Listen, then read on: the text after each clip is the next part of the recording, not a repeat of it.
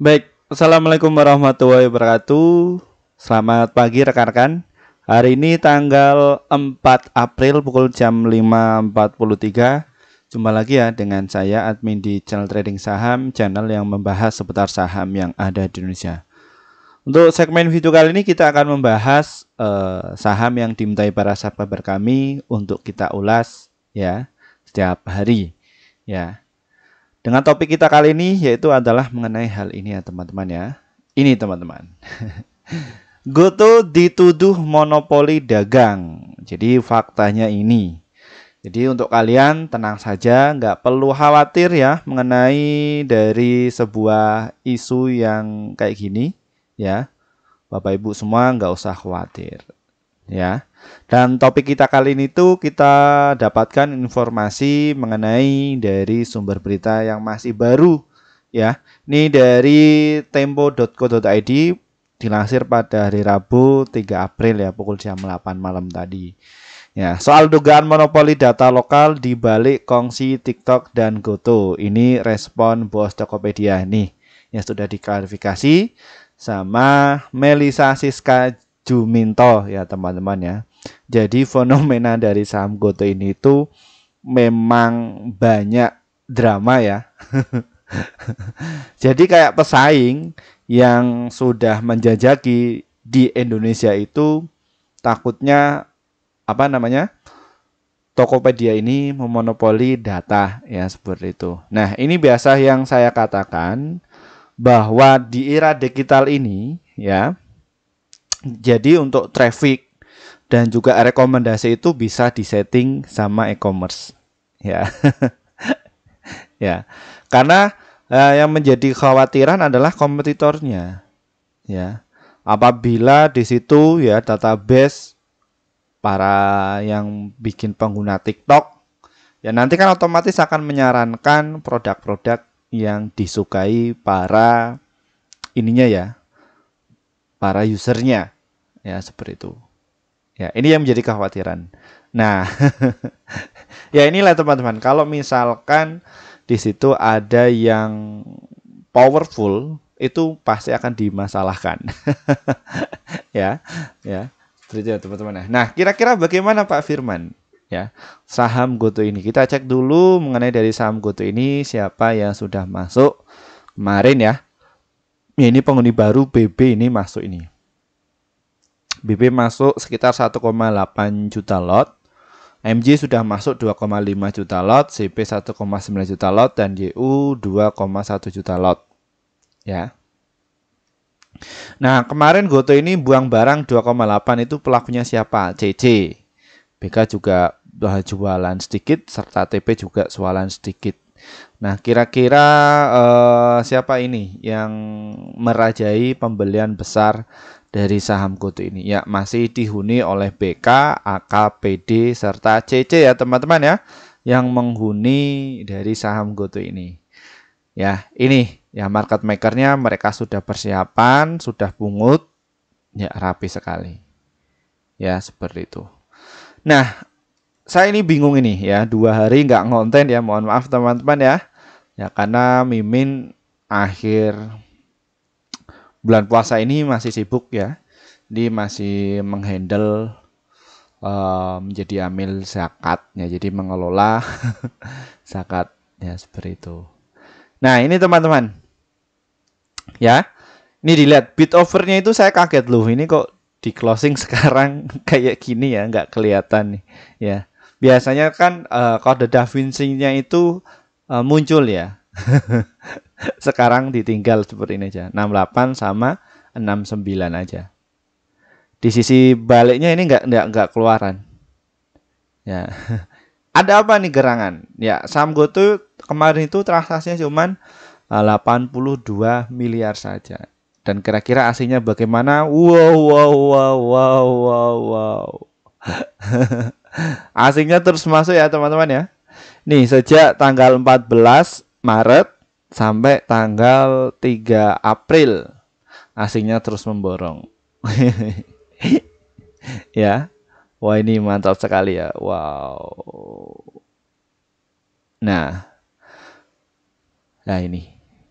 Nah, kira-kira dari saham Goto ini itu disarankan oleh beberapa sekuritas ada berapa sih, Pak?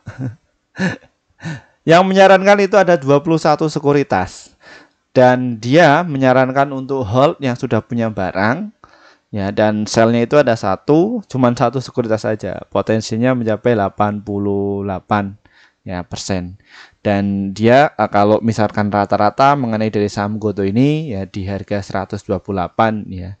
Dan puncak tertingginya itu adalah Nomura ya. Ini menyarankan untuk buy. Ya, siapa yang menyarankan untuk sell? Ya satu aja, ini enggak ada. Nah, Acuitas Research ya menyarankan untuk sell di harga 200. Wah, ini potensinya sangat tinggi. Ya. Ini ya teman-teman ya. Transaksinya bagaimana Pak? Kemarin pas closing ya sepi. Oh, closingnya sepi. Ini cuma 82 miliar. Goto itu kalau rame itu di atas 300 miliar saja. Ya, itu. Ini memang sepi. Loh, kenapa Pak? Kenapa kok pasarnya itu sepi? IHSG-nya itu sepi kenapa? Ya. Jadi kemarin itu hari terakhir T+2 karena notabene besok ya itu akan menjelang hari libur jangka panjang ya. Ini kalau saya lihat ya hari Jumat itu pencairan ya. Makanya Mimin juga jualan ya. Apakah jualan kutu? Enggak. Yang sudah jualan kutu, satu sisi saya memperlakukan ini tuh ada beberapa macam cara strategi. Ada yang untuk swing, ada yang untuk day trading yang keluar masuk, ada yang untuk investasi. Kalau yang investasi ya saya masih punya. Ya, karena tujuannya adalah untuk investasi. Ya. Jadi ingat ya di sini saya bukan pom-pom ya. Namun sebelumnya disclaimer ya. Saya tidak menyarankan kalian untuk menjual atau membeli di suatu saham manapun. Jadi keputusan menjual atau membeli ada di tangan kalian masing-masing. Nah, kira-kira bagaimana Pak untuk hari ini itu? Ya, ini kalau kita lihat ya secara mingguan, ya mingguan memang 2 minggu belakang ini saham Goto ini turun, tapi turunnya itu enggak terlalu signifikan. Ya, jadi dia masih sideways ya di harga 65 sampai di harga 75. Ranknya itu di situ. Ya sementara itu sepi dulu. Nanti setelah libur lebaran ya nanti ya bakal rame kembali, rame.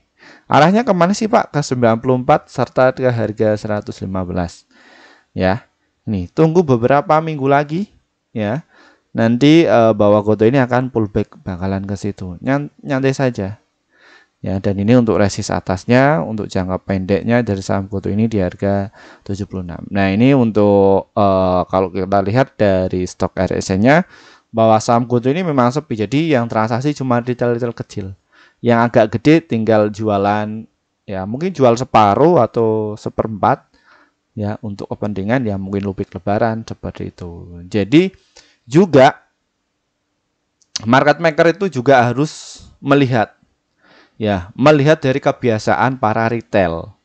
Ya, kalau misalkan libur lebaran dan lain sebagainya nggak mungkin yang namanya nyentuh market, nggak mungkin. Ya, kebanyakan sudah sibuk untuk pergi dan lain sebagainya seperti itu. Nah, begitulah market. Ya. Loh Pak Firman gimana? Saya sudah lama di market kok. Nah, makanya di kelas akademi saya itu mereka tak kasih ilmu dari dasar banget. Ya. Akhirnya ketika ada situasi market kayak gini itu cari yang saham-saham yang liquid, yang saham-saham jumbo yang bagus fundamentalnya, tak suruh untuk nyerok. Tapi nyeroknya pakai uang dingin, jangan uang panas. Ya, seperti itu. Ya, kalau uang dingin bagaimana ya? Masuk yang saham-saham liquid. Apakah Goto ini termasuk? Ya, termasuk. Loh, ini rugi loh, Pak. Ya. Kadang orang-orang itu ketakutan mengenai hal ini. Ini rugi loh, Pak. Bapak itu gimana bikin statement dan lain sebagainya ya. Yang ngujat saya itu banyak sekali. Tapi nggak apa-apa. Karena antara yang nggak suka sama yang suka saya membahas ini tuh berbalik arah. 1:10. Yang nggak suka cuman 5 atau 3. Tapi yang support channel ini itu ada ribuan. Ya. Bahkan secara alamiah di kolom komentar itu ya ibaratnya berantem sendiri kayak gitu. Jadi saran-saran saya yang support channel ini nggak usah tuh diladenin. Ya biarin aja. Tapi kalau mau buat seru-seruan nggak apa-apa sih. Ya seperti itu. Ya itulah. Ya kalau ketemu sama orang-orang yang belum tahu. Nah, ini kadang orang-orang itu melihat dari sisinya ini teman-teman ya, 90,3 triliun ini kerugian. Nah, dari saham GoTo ini tuh dia nggak bakalan rugi segitu lagi. Kenapa? Karena ini itu penjualan sekali aja. Jadi ketika dia jual TikTok dan lain sebagainya, dia cuma sekali aja, nanti nggak bakalan rugi. Nah, ruginya itu sudah mengecil. Ya mengecil dari mana? Yang tadinya 39,5 triliun ini sudah turun 11 triliunan. Ya kayak gitu. Jadi Pak Patrick ini bisa menekan kerugiannya. Padahal total penjualan itu naik ya, yang tadinya itu 11,3 triliun, kini naik menjadi 14,7 triliun. Ini sebelum lebaran ya. Kalau lebaran bagaimana ya? Nggak usah tanya. Kalian bisa menilai sendiri transaksi gila-gilaan ya dalam 1 bulan. Ya, nantilah ketika di kuartal pertama dia positif. Dan nanti dia juga ramai kembali. Ya. Jadi yang namanya market itu ada macam siklusnya. Ada siklus uptrend, downtrend, konsolidasi itu sudah menjadi siklus. Ya. Makanya orang-orang yang masuk di kelas akademi saya itu mereka nggak ambisius. Dalam artian emosi mereka itu terjaga. Lah, kalau yang orang-orang mental penjudi bagaimana? Ya sudah mampus. Mampusnya bagaimana? Ya nggak bisa adaptasi sama market, pengennya cepat-cepat. Ya, seperti itu ya teman-teman. Oke, kita nggak usah lama-lama teman-teman ya. Langsung saja tuh poinnya. Berhubung mayoritas sahabat saya itu usianya 35 tahun ke atas, bahkan ada yang 70 tahun, 80 yang tertua itu ada di usia 90 tahun. Ada Pak Firman 85 tahun lah kayak gitu. Tapi bisa saya bimbing, wah bagaimana Pak Firman ilmunya? Ya ilmunya itu kita juga harus tahu karakter investornya. Ya itu yang lebih penting nih. Ini saya kasih tahu untuk kalian yang khususnya para YouTuber pemula yang lain, saya kasih tahu. Jadi kalian harus tahu karakter investor kalian, usianya berapa, kesibukannya apa, dan bagaimana untuk tes passionnya. Nanti kalian arahkan tuh passionnya, ya kayak gitu. Jadi yang disemangati atau digempur itu adalah sesuai passionnya. Nanti kalau passionnya itu enak, nyaman kayak gitu, wah ini bakal menjadi skill. Ya seperti itu. Banyak kok saya pribadi sudah nyetak ya. Alhamdulillah dari Sabang sampai Merauke itu lebih dari 100 trader. Ya. Ini masih bertumbuh ya teman-teman ya. Ada yang menganggap Pak Firman nggak usah punya subscriber banyak-banyak. Ya. Yang penting dikit aja tapi loyal. Nggak apa-apa ya. Itu biarkan publik yang menilai saya baik dan juga buruknya. Ya, yang penting niat saya itu adalah mencerdaskan masyarakat Indonesia mengenai literasi keuangan. Jadi saya bicara ini ya pakai data. Datanya seperti ini, silahkan kalian bisa menilai. Kalau kalian itu ilmunya masih kopong, ya bebas berbicara, nggak apa-apa. Ya. Nah, ini teman-teman ya, bagi Bapak Ibu semua yang notabene mungkin sibuk nih ya, nggak bisa ngolah mantau market ya, silakan kalian bisa pakai strateginya ya, silakan bisa ditulis. Bapak Ibu bisa ngantri dulu di harga 66 serta di harga 68. Support kuat dari saham GoTo ini ada di harga 64 dan juga di harga 62. Silahkan kalian bisa ngantri di situ Bapak Ibu. Ya. Targetnya ada di berapa Pak Firman? Kalian bisa jualan di harga 71 kalau nggak sabar. Kalau sabar sedikit ya di harga 73. Ya, kalau dia tembus segitu, tapi kalau nggak kuat ya tinggal buang di 72 Bapak Ibu ya. Tapi kalau di situ tujuannya untuk invest ya kalian bisa buang di harga 92 kalau belum punya barang. Kalau agak nyantai kembali ya di harga berapa Pak? Di harga 118 dan juga di harga 147. Kenaikannya berapa Pak? Ya 100%. Ya.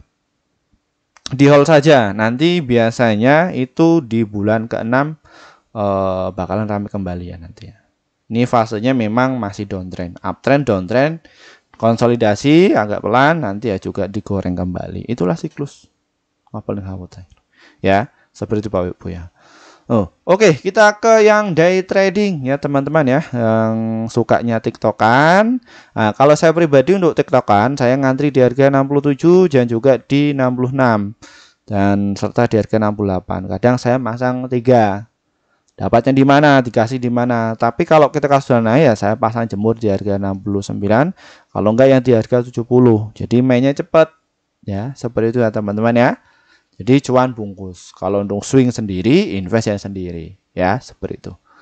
Semoga channel ini bisa bermanfaat untuk Bapak Ibu semua ya. Terima kasih atas waktunya.